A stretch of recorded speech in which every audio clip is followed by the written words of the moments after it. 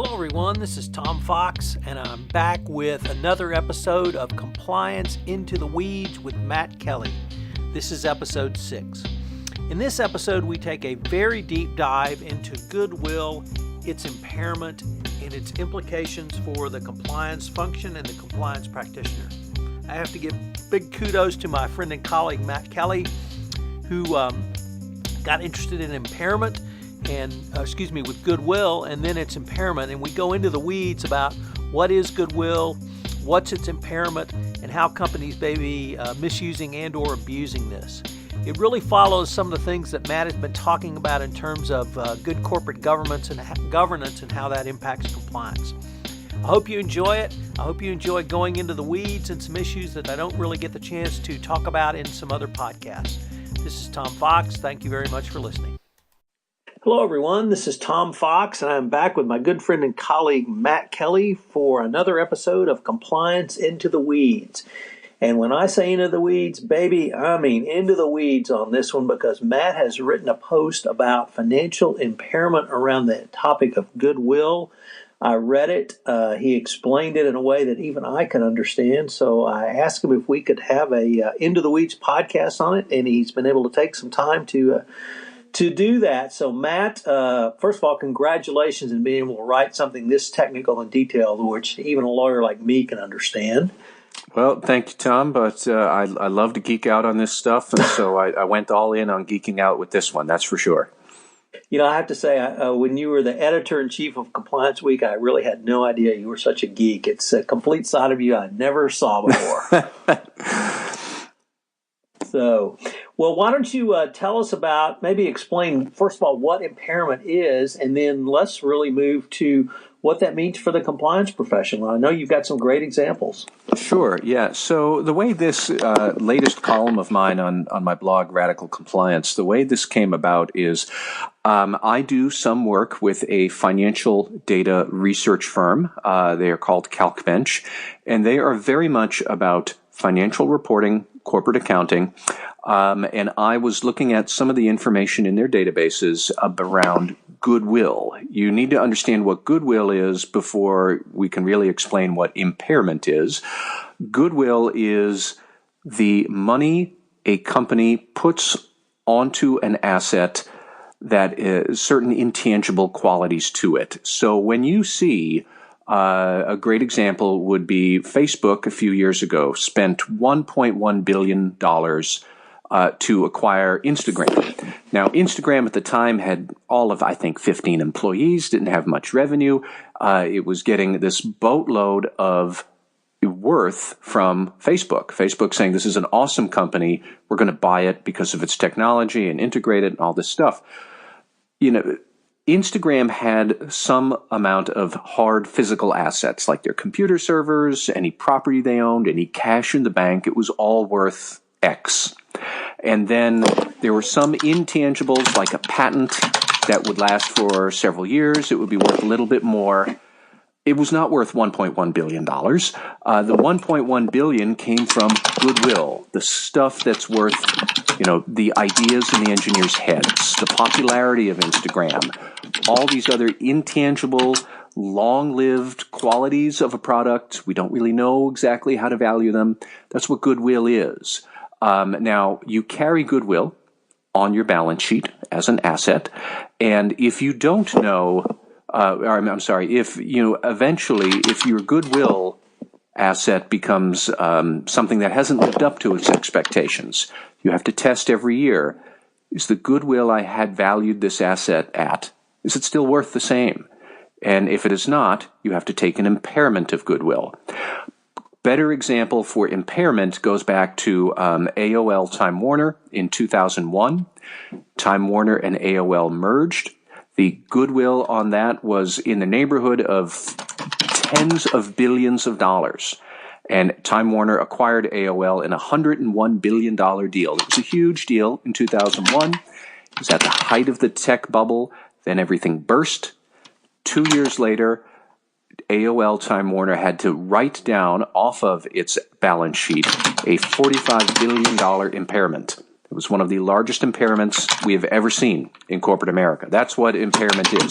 It is admitting all this cool stuff that we thought was really valuable, it's not quite as valuable as we thought. We're going to write it down. And it is a hit to the assets on your balance sheet. That's the corporate accounting part. So that's the geeky part there.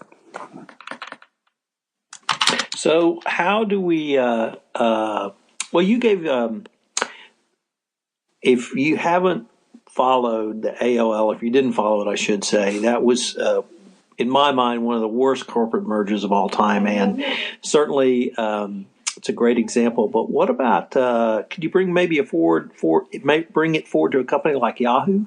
Sure, yeah. So how I got started on the exact impairment stuff on my blog right now is I was sifting through the data in CalcBench, looking at recent Goodwill impairments among the Standard & Poor 500. Now, the bad news is Goodwill impairments just among the S&P 500 has gone up quite a bit from 2014 to 2015. It has tripled, I believe, from, I can pull up the exact number somewhere. It was $11 billion in 2014, and I think more than $30 billion in 2015. That's a lot of goodwill impairment that's racking up. Now, one of the biggest offenders in 2015 was Yahoo. It had a $4.4 billion goodwill impairment it had to take in 2015. All sorts of business lines that it basically said business isn't going well anywhere, not in North America, not in Europe. So we're going to take this $4.4 billion impairment. If you remember your Yahoo history from about 2010 forward, Yahoo has struggled desperately. It has replaced all sorts of CEOs. Its current CEO, Marissa Mayer, came in. She said that we are going to turn this business around. She has not. They have done all sorts of acquisitions. They acquired Tumblr. They acquired Tumblr for, I believe, $1 billion in 2013. They had to write down $230 million on that asset in this big impairment they did. They impaired all sorts of stuff across the board. That's where you get to really big strategic corporate governance problems. I can say, overall, in the last 5 years, impairment of goodwill has soared in this country. It went from, I have the numbers right here, from a low of $34 billion to 2 years ago in 2013 to $83 billion this year, in the past year, 2015. That's across every single corporate filer in the United States. Now, can I stop you there? Because Sure. There's been some amount of press recently about companies having financial reporting in non-GAAP methods. Is Goodwill allowed under GAAP? Goodwill is a GAAP number, yes. Goodwill is legit as a concept. And in many ways, you can have goodwill, and it's perfectly right to ascribe the value to it. And if you acquire some company, you pay a lot for its talent and reputation and employees, you take a lot of goodwill, and you do something great with it, then your goodwill asset might even go up.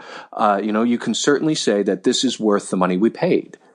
Goodwill can often be a perfectly fine thing to have on your balance sheet, but when you pay a lot for something, and then suddenly the key employees leave, the customers don't like the new business, all sorts of reasons, the merger doesn't work, like you said, and you have this huge amount of goodwill on your the asset side of your balance sheet, you're going to have to write it down. It's basically admitting your strategic plans didn't work. And that can be for a variety of reasons, but nonetheless, admitting your strategy that hasn't worked isn't good for the company. That's why goodwill write-downs, especially when they are material amounts, like Yahoo and $4.4 billion, that's bad. That gets a lot of press, and it gets a lot of financial analysts and investors very unhappy with the business. Well, is it bad for the company, or is it bad for the management team? I would say it's a little bit of both.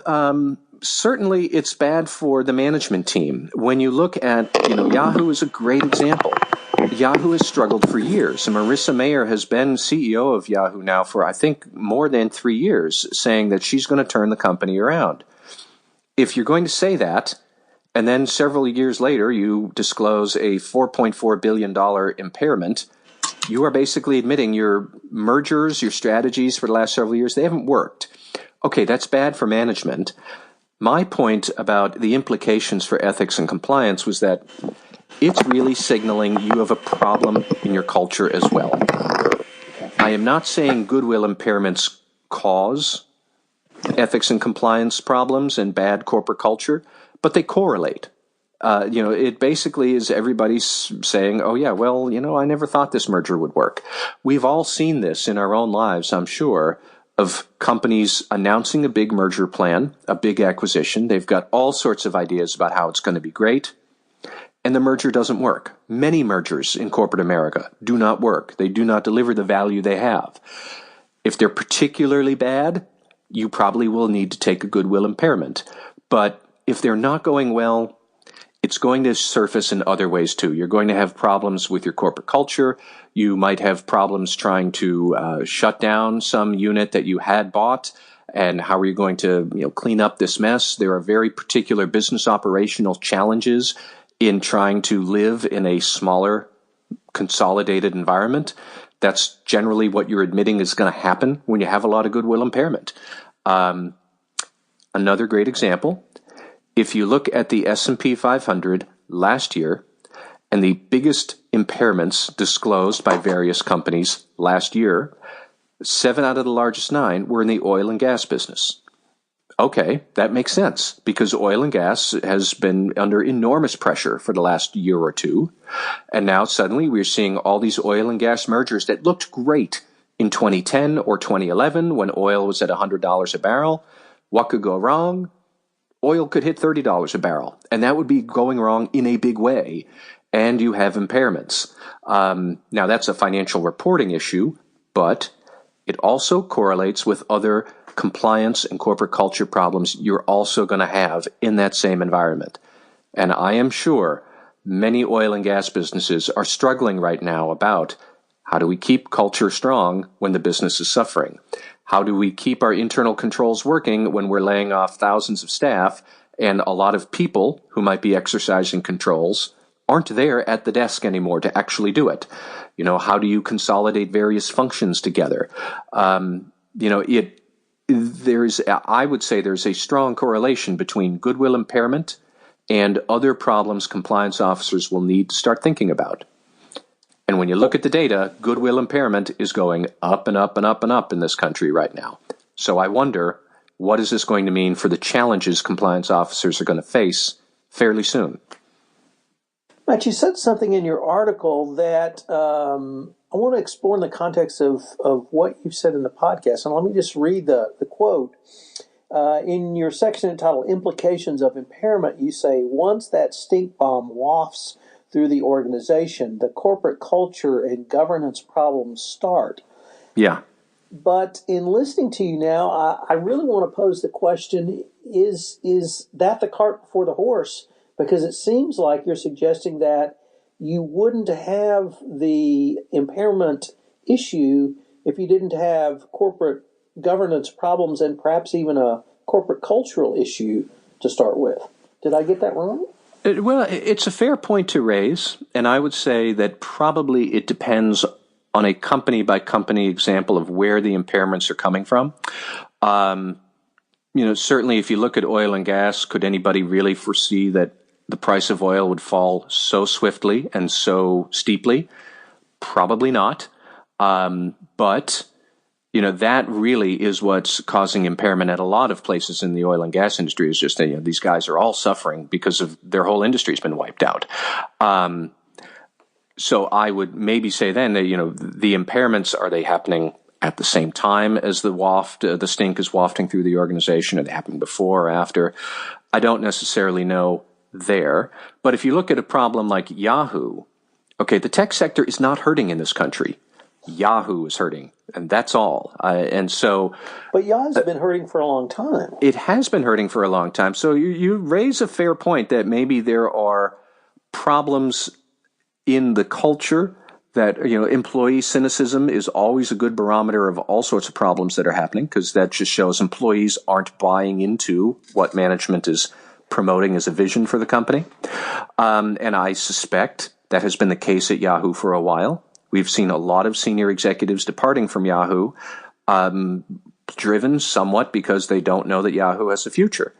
That did happen before Yahoo's big impairment. So you're right to say maybe sometimes, am I putting the cart before the horse in Yahoo? Maybe I am.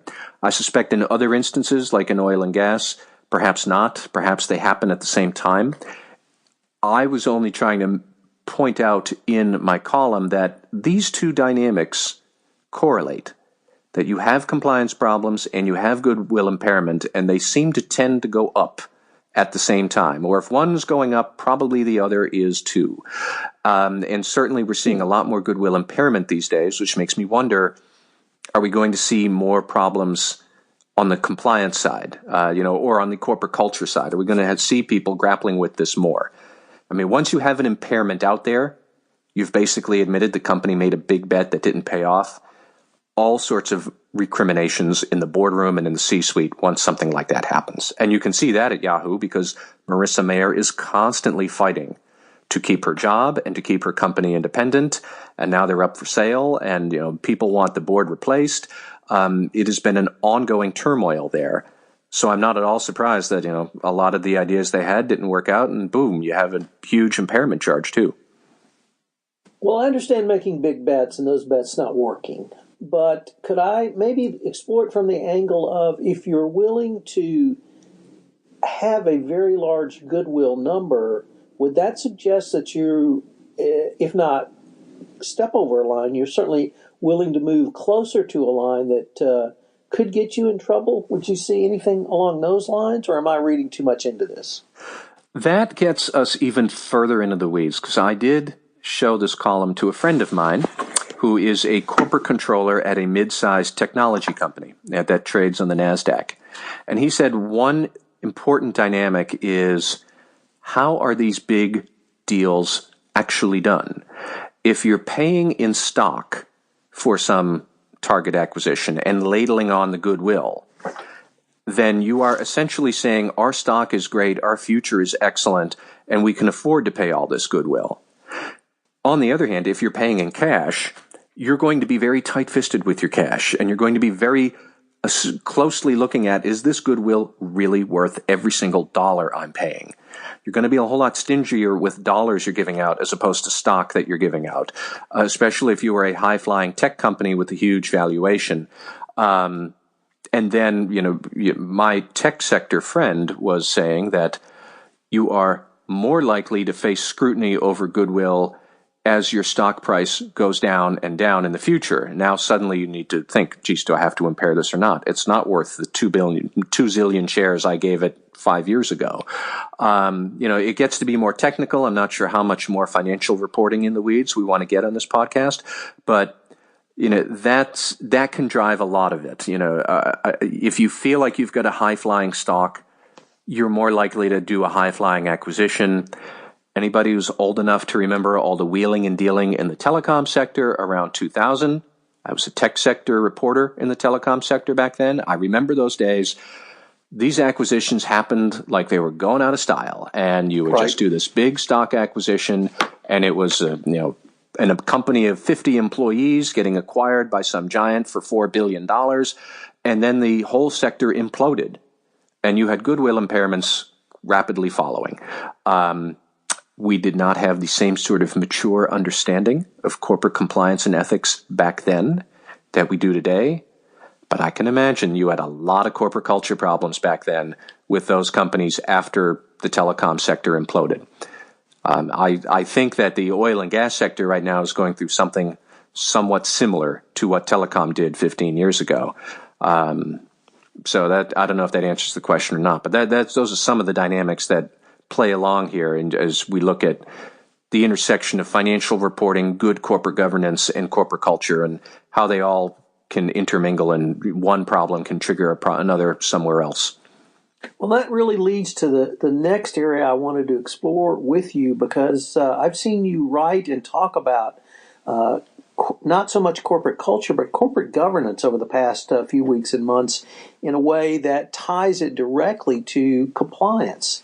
And has this been a long-standing interest of yours, or something you've developed recently? Because you've really focused on the governance part, and we in the compliance field, certainly the anti-corruption compliance field, don't really think and talk about governance as much as you have recently. Well, I go back and forth. Sometimes my interests vary, and sometimes I think because in the spring, which is proxy season in the United States, we get an abundance of bad governance examples suddenly in the news, and suddenly you can write about them more. But if ethics and compliance really is about a strong corporate culture and about the rank and file employees believing in the senior management's vision for the company and the direction they're pointing in, governance matters. That's why you and I talked for a while a couple of weeks ago about BP giving its CEO a pay raise while the company is going to pieces and laying off 10% of its workforce. You can't have that sort of governance and a strong culture at the same time. And we're all human beings. We all see double standards and hypocrisy, which I think BP's CEO pay raise that's exactly what it was. It was a terrible decision because it sent a terrible message to the employees, and then they get more cynical. And then, if you've got a bunch of cynical employees, you can talk about the importance of culture to the wall because you're not going to get anywhere. Human beings are highly attuned to these sorts of issues. They're highly attuned to big swashbuckling CEOs announcing huge mergers for huge amounts of money and piling on the goodwill for all these great startup or small business that's going to revitalize and supercharge what we do. We've all seen those press releases. We've all been through them. And then 3 quarters later, they're starting to admit, well, the synergies aren't there like we thought, or the earnings upside isn't materializing like people had hoped. As soon as you get there, you start feeding into employee cynicism, especially, I think, at middle management ranks who are smart enough to follow along the strategy and see when it's not working. And, if you have that dynamic going on, you're going to have challenges in building a strong corporate culture. Now, is it as nitty-gritty as strong internal controls for anti-bribery? It's probably not.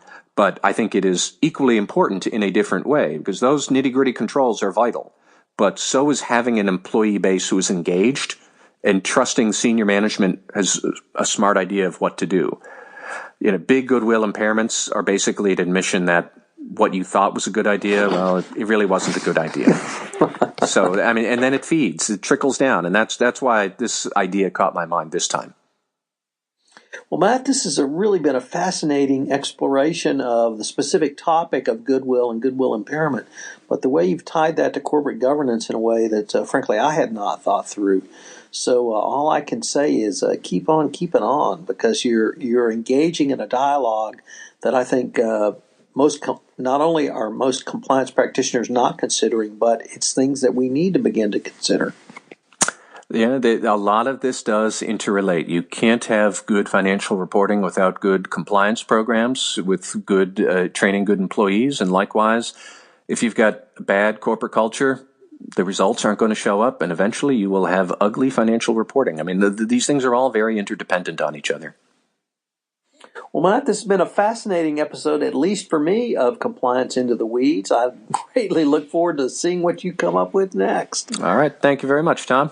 Okay, thanks again. Take care.